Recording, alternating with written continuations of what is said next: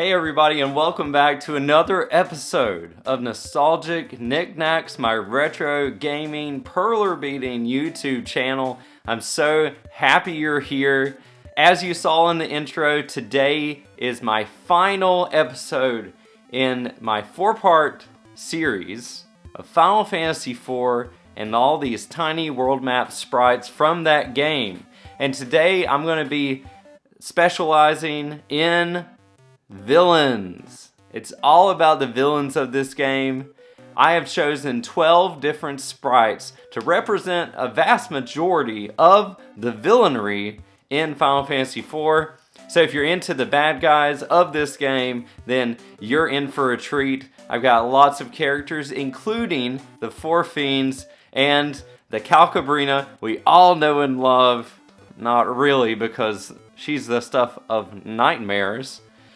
I've got all of that and more for you today. If you are new to my channel, please check out the video up here. It's a beginner's guide to Perler Beading that I created, one of my first few videos on YouTube. Check it out if you're interested, and always leave me questions below. Don't hesitate to reach out to me. I've been Perler Beading for a little over 3 years and I really enjoy it. I'm not a complete expert, but I definitely know what I'm doing, and I know how to help you to get started with Perler Beading. It's so much fun. If you are a Perler Beader and you have not heard of Top Tier Beads, that is the company where I get my Perler Beads from, and they do amazing work. I am an affiliate partner with them, and I've talked about them in many episodes.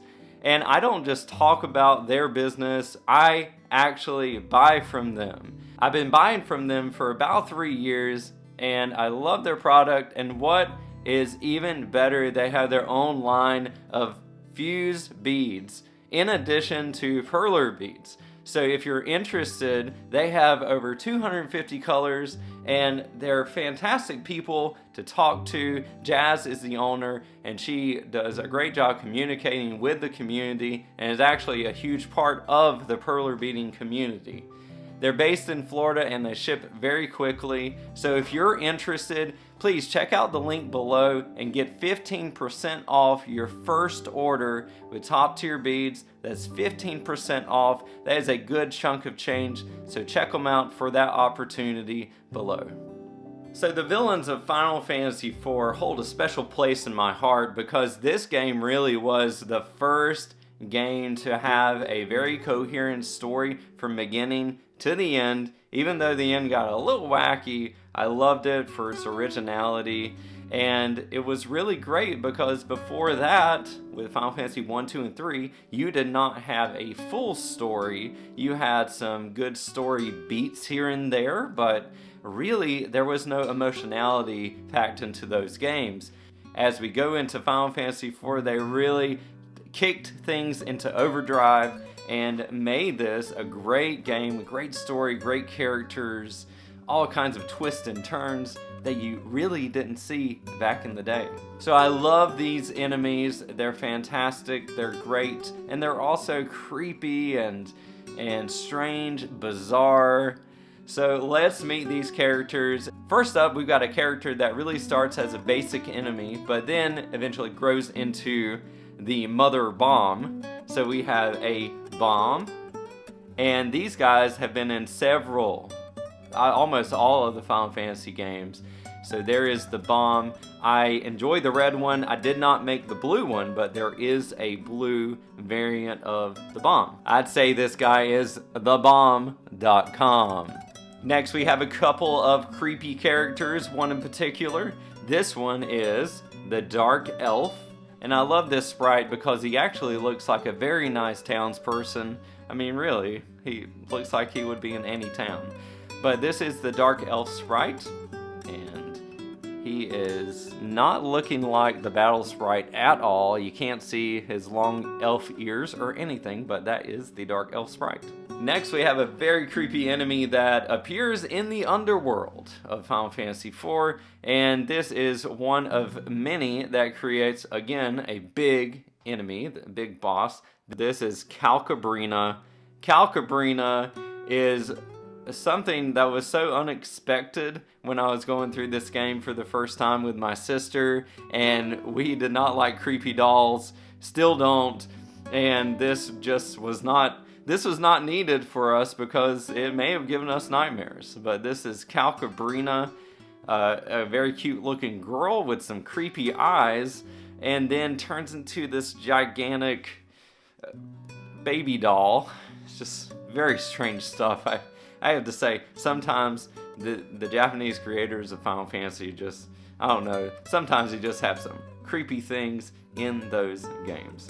So enough of Calcabrina. This is one of the first bosses that you come across, and this is the Ant Lion.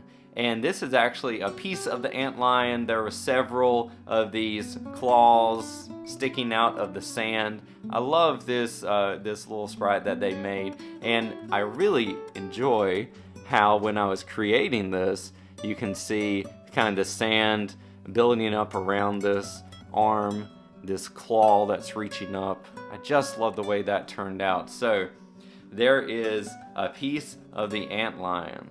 So as you go through the game, there are these characters called the Four Fiends, and they are also known as four elementals. It's the four elements: earth, wind, water, and fire. And in this game, they were four characters, four bosses that you would fight. So first, we have Barbaricia. So Barbaricia looks really great. She is very green in the battle sprite, but on the world map, she is looking like she's yellow and red and all those colors. So there is Barbaricia. And a lot of these names are of Spanish origin. So I actually looked up how to say them correctly in their Spanish origin. So next we have the first four fiends you meet, and that is Scarmiglione. And he is looking like a creepy guy that's got a hood on, and the thing I really loved about the battle with him is that you see him as this hooded figure, and then he takes off that cloak, and you see all kinds of creepiness, ugliness, just grotesque type of monster. Next, we have a character that actually takes over another character in the game, and then we are revealed who he actually is. So this is Canyaso. So Canyaso is kind of like a turtle guy. The battle sprite is definitely a turtle man mixture. There's Canyaso, and he looks so cute. Look at him. I love the cuteness of the sprites, but you can tell in those yellow eyes there are some evil things going on. So there's Canyaso. And for our last four fiend, we have a character that is the de facto leader, very menacing looking guy. This is Rubicante. And Rubicante has a great looking sprite. You can see he's got his big ears up there, or the cloak, I think. So there is Rubicante, fire demon guy, very cool looking cloak, but definitely evil. Next up, we have a mad scientist character of sorts, a precursor to Hojo from Final Fantasy VII, I believe, and this is Dr. Luge. So Dr. Luge is a scientist who creates a Frankenstein monster, and he also does some terrible things to a couple of characters. I won't spoil that, but there's a couple of characters that he changes, and it's a very sad story, but there is Dr. Luge with his science afro going on.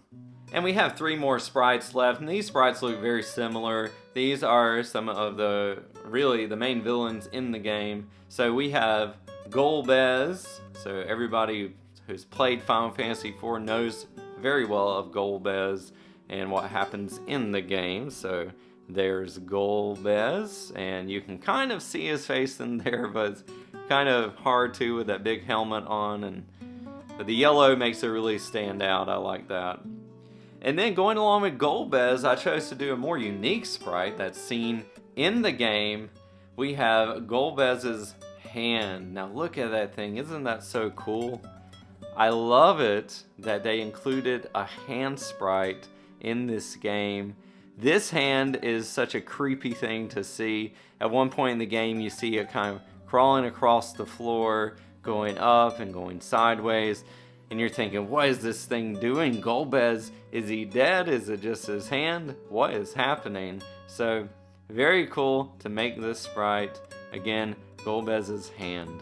So the last character I'm going to be creating for you today, this is Zemus. We really don't see a lot of this character till the end game, but they did make a cool sprite for him. And I always thought he kind of looks like a bird figure or a character from The Dark Crystal, if you've seen that movie. Zemus, not really much to say about him, but there he is, in-game character, villain. So that's all about the characters. Now let's get to making them.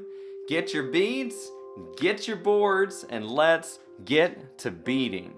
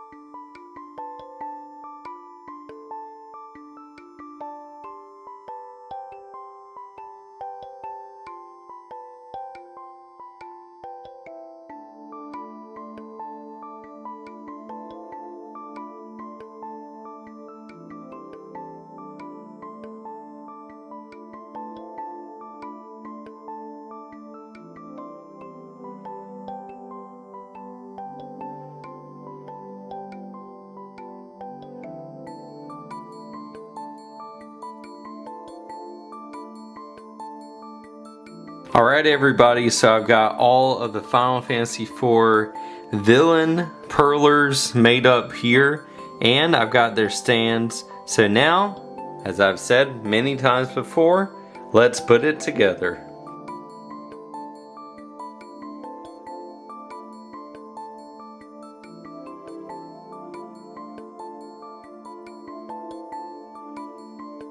And here are all of the Final Fantasy IV villain characters.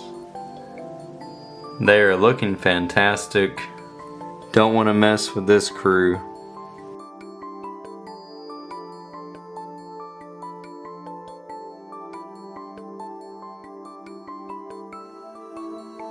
Alright everybody, I've got these guys displayed here, but I want to go ahead and display all of the characters to finish off this Final Fantasy IV World Map Sprite Extravaganza Final Fantasy IV goodness.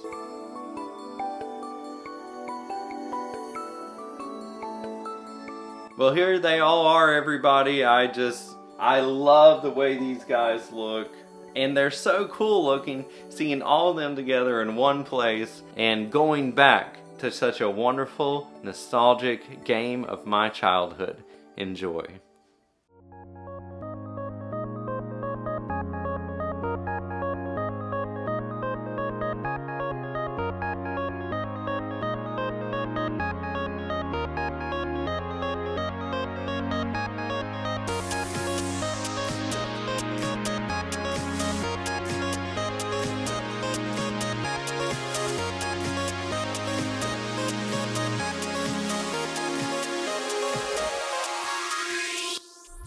I counted all of them. There's 34 in all. Now, if that's not Final Fantasy IV goodness, I don't know what is. Alright everybody, that's it for today's video.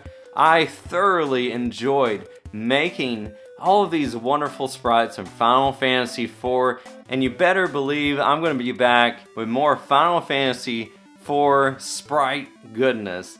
I'm going to give you a sneak peek of some excellent battle sprites I'm going to be making from the game. So this is Young Iridia, and these sprites are really the ones that are true to the characters. You see the little world map sprites, but these guys really brought up the detail to another level.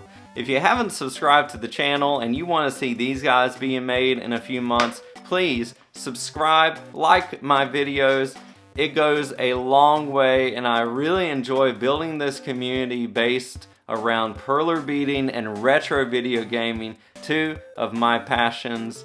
And before I go, if you didn't check out parts 1, 2, and 3 of this series, please check them out. I've got them in the description below. That's it for today's video. I pray that you have a fantastic day. And until next time, the antlion pops up from his sandy lair and says, "Happy beading."